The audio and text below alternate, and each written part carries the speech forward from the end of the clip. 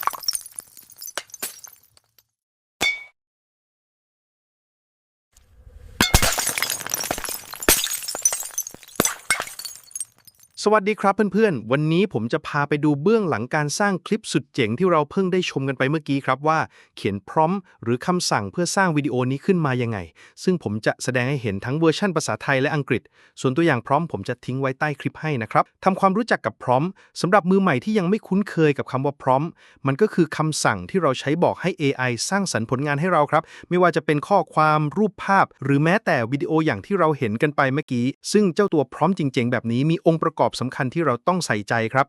เจาะลึกแต่ละส่วนของพร้อม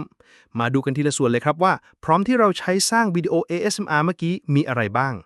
หัวข้อหลักคือฉากเริ่มต้นด้วยการกำหนดฉากครับเหมือนเราเขียนบทหนังเลยเราจะบอกว่าต้องการอะไรให้ชัดเจนอย่างในตัวอย่างนี้คือการตีผลไม้แก้วอย่างรุนแรงแบบ ASMR แค่อ่านก็เห็นภาพและเสียงในหัวแล้วใช่ไหมครับ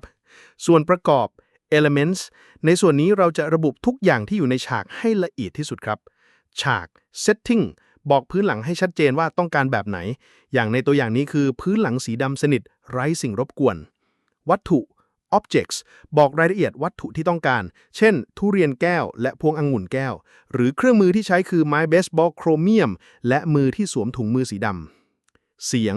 ส่วนนี้สำคัญมากสำหรับวิดีโอ ASMR เราต้องบอกประเภทเสียงที่ต้องการอย่างละเอียดเช่นเสียงกระจกแตกละเอียดและเสียงเศษกระจกกระทบกันแสง Lighting แสงทำให้ภาพมีมิติมากขึ้นครับในตัวอย่างนี้คือไฟสปอตไลท์ที่ส่องเน้นให้เศษกระจกดูระยิบระยับการเคลื่อนไหวของกล้อง Camera Movement เพิ่มความสมจริงให้งานของเราด้วยการบอกว่ากล้องควรจะเคลื่อนไหวอย่างไรกล้องแพนอย่างช้าๆเพื่อให้เห็นรายละเอียดก่อนและซูมเข้าอย่างรวดเร็วในจังหวะสำคัญรายละเอียดฉาก Scene Description ส่วนนี้คือการเล่าเรื่องครับเราจะอธิบายเหตุการณ์ที่เกิดขึ้นตั้งแต่ต้นจนจบแบบเป็นขั้นเป็นตอนตั้งแต่การเปิดฉากการกระทำไปจนถึงช่วงเวลาสำคัญ